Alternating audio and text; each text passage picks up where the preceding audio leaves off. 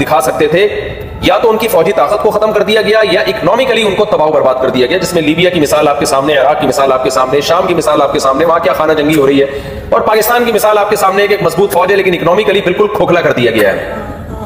تو ایک بین الاقوامی ایجنڈا ہے جس کا اسلامی کنٹریز حصہ بن رہے ہیں، اور جن ملکوں کے پاس اکنامکلی وہ بہت مضبوط ہے، ان کے پاس کوئی مضبوط فوج نہیں ہے۔ یہ ایک بہت بڑا المیہ ہے، اور یہ ایک بین الاقوامی ایجنڈا تھا جس کے تحت یہ سب کچھ کیا گیا، اور اس کے پیچھے بنیادی مقصد شاید اسرائیل کو مضبوط کرنا ہی تھا۔ اب ہماری یہ ذمہ داری ہے کہ ہم بھرپور احتجاج ریکارڈ کروائیں، ہم اپنے حکمرانوں پہ دباؤ ڈالیں کہ دیکھیں جو ریاست کی طرف سے جو آفیشلی احتجاج ہوتا ہے وہ پاورفل ہوتا ہے، اس کو دنیا سنتی ہے۔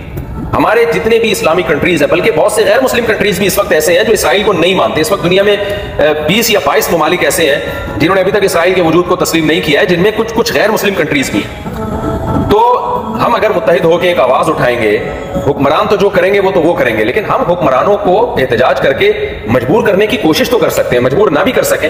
کل قیامت کے دن ہم اللہ سے یہ کہہ سکتے ہیں کہ اللہ، ہم نے ان فلسطینی بھائیوں کے لیے سوشل میڈیا پہ یا پرامن احتجاج کر کے، جلوس نکال کے، ہر طرح سے جو ہمارے بس میں تھا، جو جمہوری طرز حکومت میں جو بھی طریقہ اختیار کرنا ہمارے بس میں ہے، جو ہماری طاقت میں ہے۔ دیکھیں کینیڈا اور یو کے میں بھی آپ احتجاج ریکارڈ کروا سکتے ہیں، پرامن احتجاج کروانا پوری دنیا میں یہ آپ کا حق ہے، آپ احتجاج ریکارڈ کروا سکتے ہیں۔ میں سمجھتا ہوں بہت سے غیر مسلم بھی آپ کے ساتھ دیں گے اس میں، تو کم از کم اس سے فلسطینی بھائیوں کو جو غزہ میں بمباری کا شکار ہے، ان کو یہ تسلی تو ہوگی کہ کوئی ہمارے غم میں رونے والا ہے۔ مظلوم کے لیے یہ تسلی بھی ایسے موقع پہ بہت ہوتی ہے جب ساری دنیا نے مظلوم کو نہتا چھوڑ دیا ہو، یہ تسلی کہ کوئی ہمارے آنسوؤں میں ہمارے ساتھ رونے والا ہے، ہمارے آنسوؤں میں ہمارے ساتھ کوئی شریک ہے۔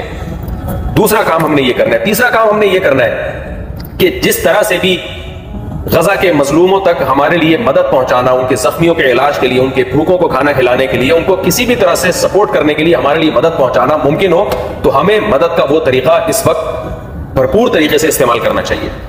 تو میں نے جہاں تک رابطے کیے، جہاں تک میری نالج ہے، پاکٹ ویلفیئر ٹرسٹ نے کوشش کی کہ اپنی ہم یہاں کسی طرح غزہ تک مدد پہنچائیں، لیکن آپ کو معلوم ہے، میں نے بتایا آپ کو کہ چاروں طرف سے بارڈر بند ہے، غزہ پہنچنا عملی طور پر کسی کے بس میں نہیں ہے، الا یہ کہ کوئی سرنگ بنا کے چلا جائے اور وہاں ان کی مدد کرے۔ نارملی کسی شخص کے لیے یہ کام ممکن نہیں ہے۔ کچھ ٹرسٹ ایسے ہیں جو غزہ کے اندر ہی ہیں، جو ترکی کے ٹرسٹ ہیں، اور آپ جب پاکٹ ویلفیئر ٹرسٹ سے رابطہ کریں گے تو وہ ان ٹرسٹ کے بارے میں آپ کو بتائیں گے۔ رجسٹرڈ ٹرسٹ ہیں جو غزہ کے اندر موجود ہیں، تو الحمدللہ پاکٹ ویلفیئر ٹرسٹ جو ہمارے شاگرد چلا رہے ہیں، ان کا رابطہ ہو گیا غزہ کے اندر موجود ان ٹرسٹ کے ساتھ۔ تو آپ پاکٹ ویلفیئر ٹرسٹ کے ذریعے پاکستان میں مدد کر سکتے ہیں، باہر سے بھی رقم بھیج سکتے ہیں۔ پاکٹ ویلفیئر ٹرسٹ امریکہ میں بھی رجسٹرڈ ہے، وہاں بھی رابطہ کیا جا سکتا ہے۔ تو پاکٹ ویلفیئر ٹرسٹ کے ذریعے آپ غزہ کے ان مظلوموں تک اپنی مدد پہنچا سکتے ہیں۔ یہ میں سمجھتا ہوں کہ ایک یوں سمجھیں کہ جیسے واقعہ مشہور ہے نا کہ ابراہیم علیہ السلام کی آگ بجھانے کے لیے ایک پرندہ جو ہے وہ چونچ میں پانی لے کر آتا تھا، اور اس سے کہا گیا کہ یہ تو کیسے پانی بجھا سکتا ہے، اس سے آگ کیسے بجھا سکتا ہے؟ تو اس نے کہا کہ قیامت میں اللہ کو بتا تو سکوں گا کہ اللہ جو میرے بس میں تھا وہ میں نے کیا۔ یہ واقعہ مستند ہے یا نہیں ہے، لیکن اس سے جو سبق ملتا ہے وہ بہرحال وہ سبق بالکل ٹھیک ہے۔ تو ہم اس وقت فی الحال یہی کچھ کر سکتے ہیں۔ میری رائے یہ ہے کہ ایک تو ہم بھرپور طریقے سے احتجاج ریکارڈ کروائیں، جو لوگ اس وقت اسرائیل کا ساتھ دے رہے ہیں، جو ممالک اسرائیل کا ساتھ دے رہے ہیں، ان کے خلاف بھی احتجاج ریکارڈ کروانا چاہیے۔ اور تیسرے نمبر پہ ہمیں اپنے حکمرانوں پہ دباؤ ڈالنا چاہیے کہ وہ بھرپور طریقے سے فلسطین میں جو مظلوم ہے، غزہ کے مظلوم اس وقت، ان کی مظلومیت پہ بھرپور طریقے سے بین الاقوامی سطح پہ آواز اٹھائیں اور اس ظلم کو روکنے کی کوشش میں اپنا بھرپور حصہ ڈالیں۔ اور ٹرسٹ کے ذریعے کوئی بھی ٹرسٹ جو قابل اعتماد ہو، آپ کے علم میں اگر کوئی اور ٹرسٹ ہے جو قابل اعتماد ہے، تو آپ اس کے ذریعے رقم پہنچائیں، ان کی مدد کریں اپنے مظلوم بھائیوں کی۔ لیکن ایک بات خوب ذہن میں رکھیں کہ جب بھی اس طرح کے واقعات ہوتے ہیں تو اس میں 2 نمبر لوگ بھی بیچ میں کود جاتے ہیں، جو لوگوں کے جذبات سے ناجائز فائدہ اٹھاتے ہیں۔ زلزلہ میں، سیلاب جب بھی ملک میں آیا، اس طرح کے ڈیزاسٹر میں ہم نے دیکھا کہ کچھ فراڈی لوگ بھی بیچ میں آ جاتے ہیں۔ تو جو بھی قابل اعتماد ادارے ہیں، آپ ان کے ذریعے وہاں تک مدد پہنچانے کی کوشش کریں۔ تو الحمدللہ پاکٹ ویلفیئر ٹرسٹ نے اس کا انتظام کیا ہے، تو آپ پاکٹ ویلفیئر ٹرسٹ سے رابطہ کر سکتے ہیں۔ اسی ویڈیو کے آخر میں ان کا لنک موجود ہے، اور وہ کن ٹرسٹوں کے ذریعے غزہ تک مدد پہنچا رہے ہیں، ان ٹرسٹوں کا بھی آپ پاکٹ ویلفیئر ٹرسٹ سے ان کے بارے میں بھی آپ پوری معلومات ان سے لے سکتے ہیں۔ ہم دعا گو ہیں کہ اللہ ہمارے فلسطینی بھائیوں کی مدد فرمائے، اور اگر اس جنگ کو نہ روکا گیا بین الاقوامی دنیا نے، تو یہ تیسری جنگ عظیم کی طرف معاملات جا سکتے ہیں۔ اس سے پہلے اللہ ہمارے حکمرانوں کو بھی ہدایت عطا فرمائے، جو جس قوت کے ساتھ احتجاج کرنا چاہیے شاید اس قوت کے ساتھ وہ احتجاج نہیں کر رہے ہیں۔ ہمارے جتنی بھی مسلم کنٹریز کے حکمران ہیں، ان کو اللہ تعالیٰ